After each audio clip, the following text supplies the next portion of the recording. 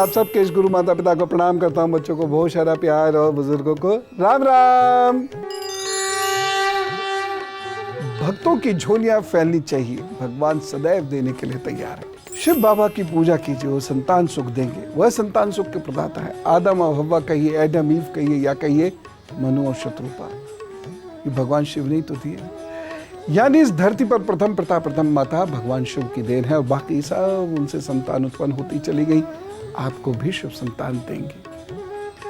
यदि संतान होने में ईश्वर न करे कोई कष्ट हो रहा हो, तो सावन में स्फटिक या पारद के शिवलिंग स्थापित कीजिए और नियमित रूप से पति पत्नी एक साथ गाय के दूध से अभिषेक करें और 5 मालाएं नमः शिवाय की करें, कल्याण होगा।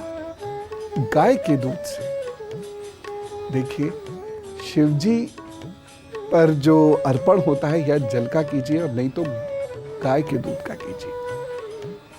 भैंस के दूध का और जर्सी गाय के दूध का तो कतई मत कीजिए, ये याद रखिएगा। एक और चीज, प्रतिदिन धतूरे से शिव की पूजा करनी चाहिए। एक धतूरा उनको अर्पण कीजिए, और घर पे भी कर सकते हैं। इसके लिए आवश्यक नहीं कि आप बाहर जा रहे हैं, घर पर भी कर सकते हैं।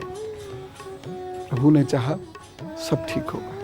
मुझे मालूम है संतान की आस जिस स्त्री या पुरुष को होती है या जिस परिवार को होती है, उस परिवार का एक एक दिन भारी पड़ता है। करिए ये उपाय, प्रभु ने चाहा तो जरूर संतान मिलेगी और अच्छी मिलेगी। कभी कभी हमारे काम बहुत ज्यादा रुक जाते हैं और हमें यह भी लगता है किसी ने हमारे काम रोक दिए हैं।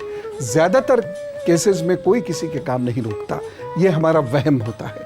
लेकिन कुछ केसेस में ऐसा जरूर संभव है, हजारों में 2-4 केसेस में ऐसा संभव होता है कि कोई किसी के कार्य रोक दे। खैर, किसने क्या रोका है नहीं रोका है, हमें उससे कोई मतलब नहीं। हमें इस बात से मतलब है कि हमारे कार्य यदि अटके हुए हैं तो हम उन्हें जल्दी जल्दी पूरा करें, कार्य को निपटाएं। लेकिन अब भाग्य अड़ गया बीच में आके, तो ऐसे कैसे हो जाएगा कि आप चाहें और काम हो जाए। ऐसे में भगवान के चरण पकड़िए, बाबा को चंदन अर्पित करते हुए पारद शिवलिंग पर जल से 1008 अभिषेक रोजाना करें। अब इतना बड़ा मैं अनुष्ठान आपसे करने के लिए कह रहा हूं, उसका मतलब सीधा सा ये है कि कोई छोटे मोटे कार्य के लिए बाबा को परेशान तो आप नहीं कर रहे, करना भी मत। बाबा ने विवेक दिया है, आंख नाक कान पूरा शरीर, आत्मा, बुद्धि, अनुभव, क्या क्या नहीं दिया। जब बहुत बड़ी कोई समस्या है तो बाबा के पांव पकड़ लेना, और इस तरीके से पकड़ना और देखना, काम जरूर बनेगा। अब आप पूछेंगे ऐसा कब तक करें? मैं तो ये कहूँगा कि ऐसा रोज तब तक करें जब तक वह कार्य पूर्ण ना हो जाए। अब आप कहेंगे कि 1008 तो बहुत होते हैं, इतना दूध कैसे? बाबा कौन सा आपसे 3-4 लीटर दूध पीने को कह रहे हैं? बाबा को तो एक एक बूंद यानी 1008 बूंदे दे दीजिएगा, उसमें भी जल खूब सारा मिला दीजिएगा। बाबा को इन सब चीज़ों से कोई फर्क नहीं पड़ता।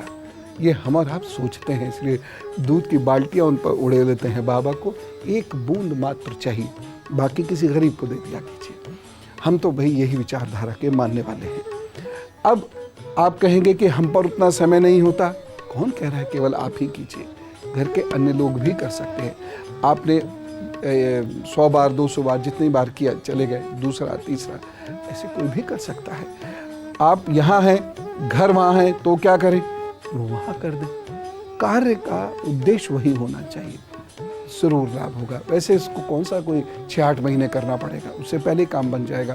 लेकिन बड़ा अनुष्ठान हो तभी, कोई बड़ी अटक हो तभी, छोटी मोटी तो आप पार कर लीजिए। एक और चीज मैं अब आपको बताता हूँ। कभी कभी क्या होता है, असाध्य रोगों की वजह से गरीबी आ जाती है। मैं जानता हूँ कुछ ऐसे परिवार जो एक समय में बहुत वेल टू डू थे, लेकिन कुछ ऐसे खतरनाक रोग उनको पकड़ गए कि वह धरती पर आ गए, बिल्कुल गरीब हो गए। तो जब ऐसा हो रहा हो कि घर से रोग नहीं जा रहे हो और बहुत सारा पैसा खत्म हो रहा हो, पैसा कहीं से आना रुक गया हो, श्री आ नहीं रही हो, तो क्या करना है? स्वयं शिवलिंग बनाइए और पंचोपचार पूजा से उसकी प्राण प्रतिष्ठा कीजिए और फिर नियमित पूजा कीजिए, अद्भुत फल मिलेगा। पंचोपचार पूजा अगर सब बता चुका हूं, देखिए अब बार बार मत पूछिए, बता चुका हूं। अच्छा बताता हूं। सामान्यतः शुद्ध मिट्टी और जल से शिवलिंग बनाया जाता है। राम जी ने भी बनाया था ना।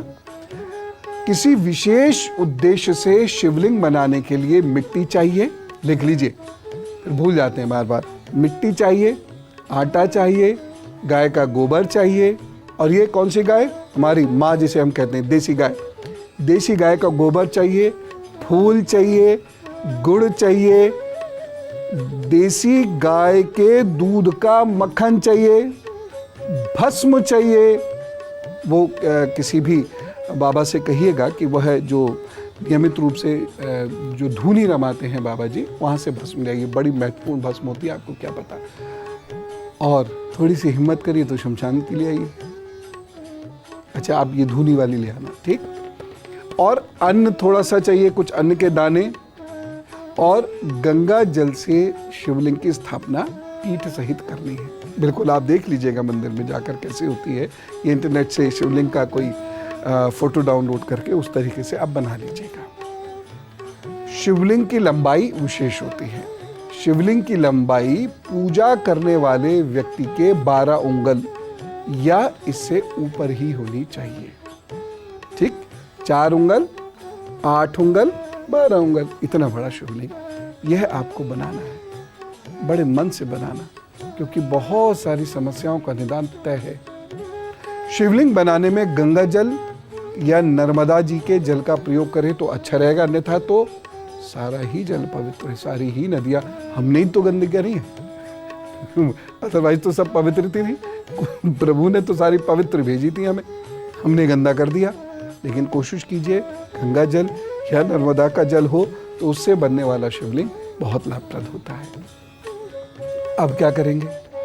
कमल, बेलपत्र तथा सफेद पुष्पों से शिव जी की पूजा करनी है। अल्पायु दोष होता है, उसमें उम्र 30, 40, 45, 50 ऐसे होती है, तो अल्पायु दोष है। या फिर कभी आपकी कुंडली के हिसाब से मार्केश चल रहा हो तो उस स्थिति में दूर्वा से शिव जी का पूजन करना चाहिए। कितना आसान है, जरा सोचिए।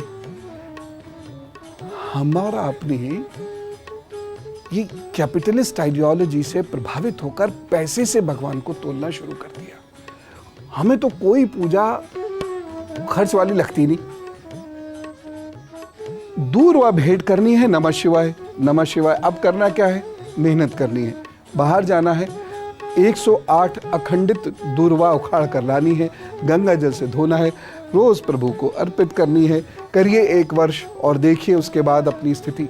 यूं तो मैंने बहुत उपाय बताए आपको श्राप मुक्ति के, एक ये वाला करना। तो श्राप मुक्ति के लिए शमी के पुष्पों से थोड़ा कठिनाई से मिलेंगे, लेकिन एक साथ ले लीजिएगा। शिव जी की पूजा करनी चाहिए। कब करनी चाहिए? शमी के पुष्प रोज मिल जाए तो रोजाना, नहीं तो त्रयोदशी के त्रयोदशी तो अवश्य रख लीजिएगा। ज्यादा मिल रहे हैं तो सोमवार के सोमवार रख लीजिएगा। बड़ा जबरदस्त प्रभाव होता है। अब सुनिए बाबा आपको और मदद कैसे करेंगे। विवाह नहीं हो रहा, बहुत परेशानी है। भारतीय समाज में तो विवाह ना हो तो बेटा बेटी से ज्यादा माँ बाप बीमार हो जाते हैं। हमारा सिस्टम ऐसा है। विवाह होने के लिए शिव जी की प्रतिमा की पूजा करिएगा। देखो बच्चियों, मैंने बहुत सारी बच्चियों को देखा है सोमवार को शिवलिंग की पूजा कर रही हैं। नहीं, आप अन्य कार्यों के लिए शिवलिंग की अनुष्ठान कीजिए, लेकिन विवाह के लिए शिव जी की प्रतिमा की पूजा कीजिएगा। इसे वेर भी कहते हैं। देखना काम बनेगा। कभी कभी क्या होता है, कुछ घरों के सारे काम रुक के बिगड़ने शुरू हो जाते हैं। कुछ भी नहीं होता। घर बन रहा था वो रुक गया, गाड़ी चल रही थी वो रुक गई, नौकरी में बहुत परेशानी आने लगी, बिजनेस के डील्स होने वाले थे तुरंत वो रुक गए, कहीं उनका पैसा बैंक रिलीज करने वाला था वह फंड रुक गया, हर चीज रुक गई। और प्लस लोग और नाराज नाखुश हो गए। अजीब स्थिति होती है। ऐसे में क्या करें? ये स्थिति जब भी होती है बहुत लंबी चलती है, इसलिए समय रहते ये उपाय कर लीजिएगा। 12 शिवलिंग बनाने हैं आपने, और 12 शिवलिंग यानी 12 लिंग बनाकर उनका अभिषेक करना है।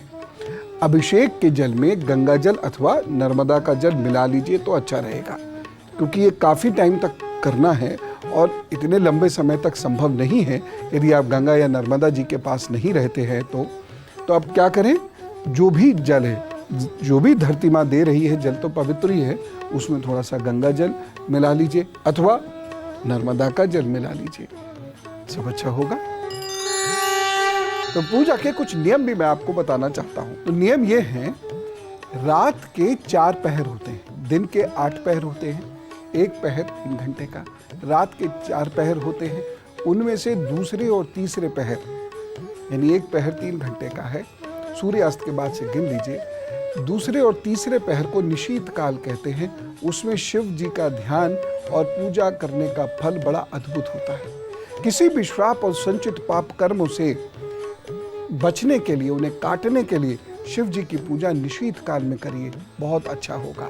ध्यान के लिए मानसिक जाप करना चाहिए, इसी समय करना चाहिए, और शांति और आराधना के लिए उपांशु जप करना चाहिए, वह भी निशीत काल में जप करना चाहिए। अद्भुत लाभ होता है। मानसिक मतलब जिसमें आप शांत बैठे हुए हैं, इंद्रियों को शिथिल कर चुके हैं और मन में आपके शिव शिव शिव शिव चल रहा है। और उपांशु का मतलब है कि आप बुदबुदा के शिव शिव शिव शिव ये चल रहा है। जैसे जैसे आप ध्यान में जाएंगे सब कहीं चला जाएगा, कहाँ जाएगा, क्या अनुभूति होगी ये मैं नहीं बताऊंगा, नहीं तो आप कल्पनाएं करेंगे। लेकिन आप इस समय में अगर इन नियमों के साथ अपनी पूजा करते हैं तो यकीन कीजिएगा बड़े से बड़ा दुर्योग भी कुंडली में खत्म हो जाता है। और अब आज का गुरु मंत्र। शिव साधना के लिए सर्वोत्तम समय है जब आर्द्र नक्षत्र हो या चतुर्दशी हो या प्रदोष हो। ऐसे समय में आपके द्वारा की गई पूजा का बड़ा उत्तम परिणाम मिलता है। तो कल जरूर मिलेंगे। आज खूब हंसिएगा, बाबा के शरण में रहिएगा। हमेशा याद रखिएगा, कितना भी बुरा वक्त क्यों ना हो, धैर्य से उसे प्रभु का प्रसाद मान के स्वीकार कीजिए और रोज निवेदन कीजिए, सुबह दोपहर शाम रात, प्रभु इस बुरे वक्त को निकालो। सुनता जरूर है। राम राम, नमस्कार।